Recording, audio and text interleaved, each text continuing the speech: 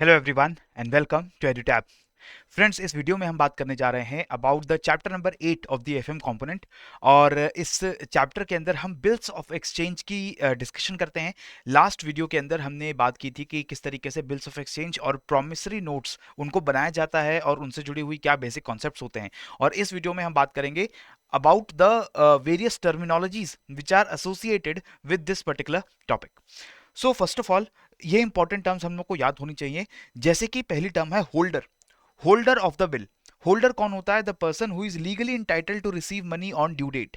वो पर्सन जो उस बिल को अपने पास रखता है और ड्यू डेट के ऊपर प्रेजेंट करता है पेमेंट होने के लिए, उस पर्सन को हम बोलते हैं होल्डर ऑफ द बिल। फिर एक टर्म और आपको देखने को मिल सकती है क्वेश्चंस के अंदर, जिसको हम बोलते हैं holder in due course. Holder और होल्डर इन ड्यू कोर्स, इन दोनों टर्म्स में ज्यादा फर्क नहीं है। ये बेसिकली सेम पर्सन को डिनोट करते हैं, the person who is going to accept the payment, who is going to accept the money, right. So कोई भी नेगोशिएबल इंस्ट्रूमेंट का जो होल्डर होता है, उसको होल्डर इन ड्यू तब कहा जाता है जब उसने उस इंस्ट्रूमेंट को, यानी कि बिल ऑफ एक्सचेंज को या प्रोमिसरी नोट को वैल्यू कंसिडर करने के बाद उसमें कितना पेमेंट है, क्या पेमेंट है, उसको एक्सेप्ट किया है। और वो मेच्योरिटी से पहले, मेच्योरिटी डेट से पहले उस बिल को एक्सेप्ट कर लेता है, यानी कि उस बिल का होल्डर बन जाता है। तो अगर बिल मैच्योर हो रहा है 1 जनवरी को, तो उसने 1 जनवरी से पहले अगर बिल को एक्सेप्ट कर लिया है, तब वो होल्डर बन जाएगा, होल्डर इन ड्यू कोर्स बन जाएगा, और 1 जनवरी को जा करके वो पेमेंट को एक्सेप्ट कर लेगा। लेकिन अगर कोई बिल मैच्योरिटी डेट पास कर चुका है और अभी तक उसकी पेमेंट नहीं की गई है, और उसके बाद कोई पर्सन उस बिल को एक्सेप्ट कर लेता है और उस का होल्डर बन जाता है, तब हम उसको होल्डर इन ड्यू कोर्स नहीं कहते हैं। ठीक है। इसके अलावा होल्डर इन ड्यू कोर्स उस पर्सन को भी कहा जा सकता है who has no cause to believe that any defect existed in the title of the person from whom he derived his title। इसको अगर एक एग्जांपल से समझे, let us say there is a person A, there is a person B and there is a person C. Person A ने bill of exchange को बनाया और B से पेमेंट लेने के लिए उसने इस बिल ऑफ एक्सचेंज को बनाया है, राइट। तो ये बी कौन हुआ? बी हुआ जो पर्सन पे करेगा, यानी कि पेयर या फिर ड्रॉई। ए कौन हो गया? ड्रॉवर। ड्रॉवर जो उस बिल को बनाता है, और यही वो पर्सन है, ए वो पर्सन है जिसने लोन दिया था बी को और फ्यूचर में पेमेंट एक्सेप्ट करने की बात मान ली थी। तो ये जो बिल ऑफ एक्सचेंज है, ये बात करता है कि बी कुछ पेमेंट जो है वो ए को फ्यूचर में दे देगा, क्लियर है।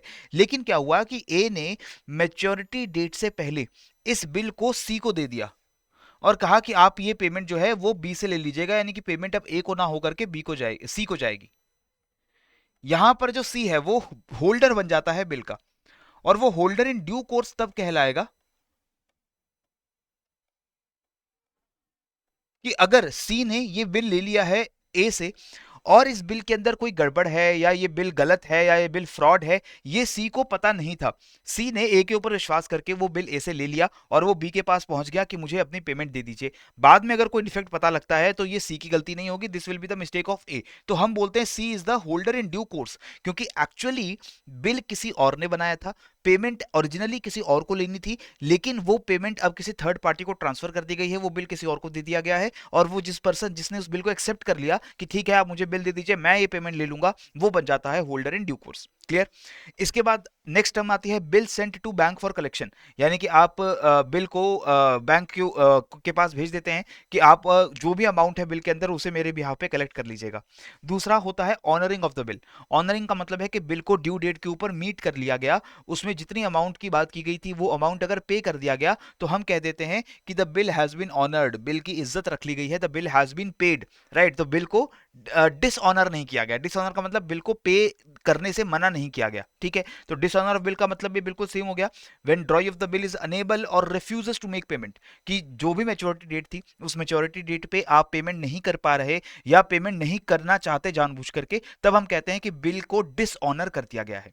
फिर आता है डिस्काउंटिंग ऑफ द बिल। ये डिस्काउंटिंग वो तरीका होता है जहां पर हम बिल की अंदर जो पेमेंट की बात की गई है, उस पेमेंट को हम ड्यू डेट से पहले एक्सेप्ट करना चाहते हैं।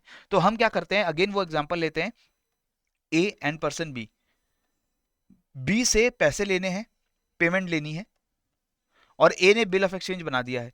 और लेटेस्ट से ये जो पेमेंट है वो 1,000 रुपए की पेमेंट है, लेकिन ये 1,000 रुपए की जो पेमेंट है वो 1 अगस्त को लेनी थी, first of August was the due date for the bill. तो ए को फर्स्ट ऑफ अगस्त को 1,000 रुपए मिलने थे, लेकिन ए को 1 अगस्त से पहले पैसे की जरूरत पड़ गई। तो ए ने क्या किया, ए एक बैंक के पास गया और बैंक को जाकर के बोला कि आप एक काम करिए, ये जो बिल है इसको आप रख लीजिए, मुझे पैसे एडवांस में दे दो, यानी 1 अगस्त से पहले मुझे पैसे चाहिए, आप मुझे 1,000 की जगह 900 रुपए दे दो, मुझे सिर्फ 900 रुपीज दे दो। बैंक से पैसे ले लिए 900 रुपीज और बैंक को बिल दे दिया 1,000 रुपए का। अब जब ड्यू डेट आएगी यानी 1 अगस्त आएगी, तो बैंक बी से 1,000 रुपए एक्सेप्ट कर लेगा। तो बैंक को इससे क्या फायदा हुआ, बैंक को 100 रुपए की एक्स्ट्रा इनकम हो गई, क्योंकि बैंक ने 900 रुपीज ए को दिए थे और 1000 रुपीज उसने बी से ले लिए, तो बैंक को 100 रुपए की इनकम हो गई, राइट। लेकिन जो ए था उसने उस पैसे को जल्दी लेने के लिए कुछ उसके ऊपर डिस्काउंट को एक्सेप्ट कर लिया। तो इसको अगर हम समझने की कोशिश करें, before the due date of the bill, the holder may endorse the bill in the favor of his banker and get immediate cash from the banker. This is called discounting of the bill. और ये discount कितना मिला, यहाँ इस case के अंदर 100 rupees का discount मिला है, 1000 की जगह 900 रुपए पे पेमेंट उसने एक्सेप्ट कर ली। क्यों, क्योंकि उसको पैसे जल्दी चाहिए थे, ठीक है। तो एक तरीके से कैश डिस्काउंट भी होता है। आप जानते हैं कि अक्सर मार्केट के अंदर जब हम ट्रांजेक्शन करते हैं और जब पेमेंट सीधा तुरंत प्रॉम्प्ट कैश में की जाए, तो उसके ऊपर कुछ डिस्काउंट दे दिया जाता है कि अगर आप मुझे अभी कैश में पेमेंट कर दोगे तो मैं आपको 5% 10% का और डिस्काउंट दे दूंगा, लेकिन अगर आप क्रेडिट में पेमेंट करोगे, फ्यूचर में पेमेंट करोगे, तो मैं फुल प्राइस आपसे लूंगा। तो ये जो डिस्काउंट होता है एक तरीके से वही डिस्काउंट यहां पर बिल के ऊपर भी किया जा रहा है। क्लियर। नाउ इंडोर्समेंट, इंडोर्समेंट एक टर्म है जिसमें आप एक बिल को एक पर्सन से दूसरे पर्सन पे ट्रांसफर करते हैं। सो बिल बनाता हूं मैंने पेमेंट को एक्सेप्ट करना था फ्यूचर के अंदर, लेकिन मैं खुद पेमेंट लेने की जगह वो बिल किसी और को दे देता हूं, मैं थर्ड पार्टी को बिल दे देता हूं कि आप पेमेंट एक्सेप्ट कर लीजिए, और इसको इस प्रोसेस को बोलते हैं endorsing in favour of someone.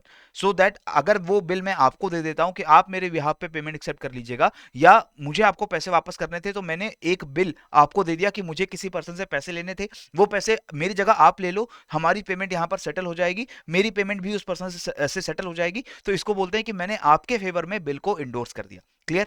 Retirement of bill का मतलब क्या है, when the drawee pays the bill before its due date, it is called retirement of the bill.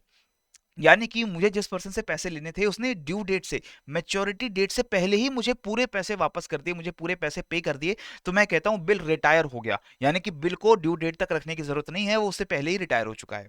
Renewal of the bill, renewal का मतलब बहुत सिंपल आपको समझ आ रहा है कि अगर किसी वजह से on the due date, on the maturity date, the person, the drawee, he is not able to make the payment, वो मुझे पैसे नहीं दे पा रहा है पूरे, तो वो मेरे से रिक्वेस्ट करेगा कि आप एक काम करिए, बिल को रिन्यू कर दो, बिल की मैच्योरिटी डेट जो है वो आगे बढ़ा दो, और ये हमारी आपस में जो म्यूचुअल डिस्कशन होगी उसके बेसिस पे we will renew the bill. तो हो सकता है कि वो पर्सन मुझसे कहे कि आप बिल का सारा पैसा अभी मैं आपको नहीं दे पाऊंगा, आप उसका कुछ पार्ट मुझसे अभी ले लीजिए, और बाकी जो मनी है वो मैं आपको फ्यूचर में दे दूंगा, और इसके ऊपर अगर कुछ इंटरेस्ट चार्ज करना है, जो भी मेरे हमारी आपस में डिस्कशन होगी उसके हिसाब से बिल रिन्यूअल हो जाएगा, right. Accommodation bill, accommodation bill एक तरीके का बिल होता है फॉर म्यूचुअल हेल्प।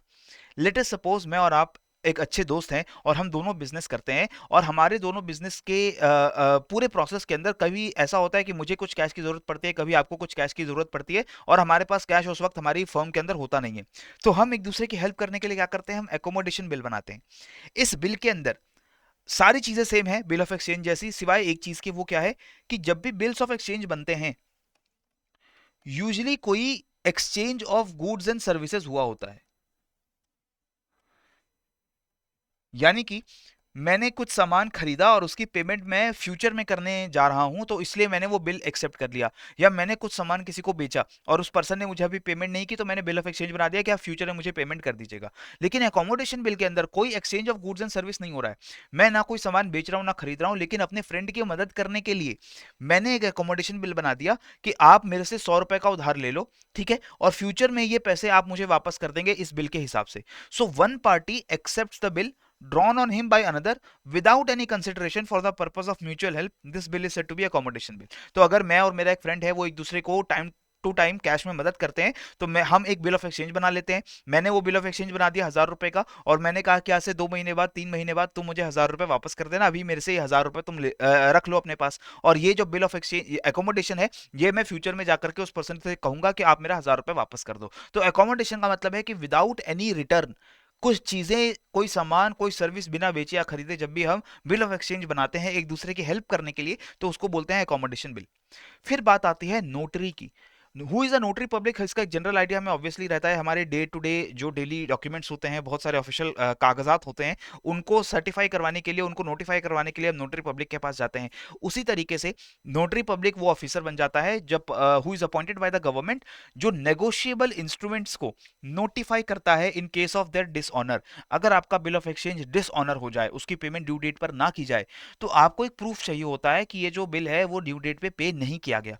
तो वो प्रूफ कैसे मिलेगा कि आप एक नोटरी पब्लिक के पास वो बिल लेकर जाते हो, उसको दिखाते हैं कि ये ड्यू डेट है इस बिल की और ये ड्यू डेट पास हो चुकी है, बट स्टिल मेरे पास पेमेंट नहीं आई है। तो नोटरी इस चीज को चेक करता है और फिर उस बिल को सर्टिफाई कर देता है, जिसको हम बोलते हैं नोटिंग करना।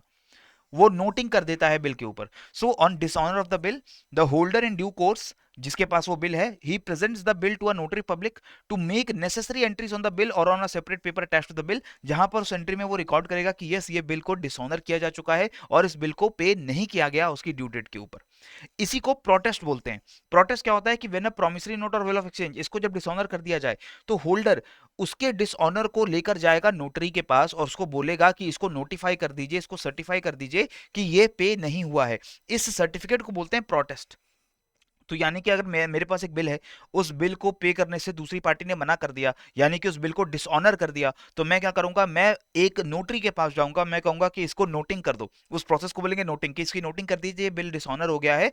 तो वो उसी एक डॉक्यूमेंट के ऊपर उस बिल के साथ उस डॉक्यूमेंट को अटैच कर देगा, जिसपे ये पूरी सर्टिफिकेशन होगी कि yes, this bill has been dishonoured. और वो जो सर्टिफिकेशन वाला डॉक्यूमेंट है जो बिल के साथ अटैच्ड है, उसको बोलेंगे प्रोटेस्ट, यानी कि ये मेरा प्रोटेस्ट है कि yes, this bill was not honoured on the due date.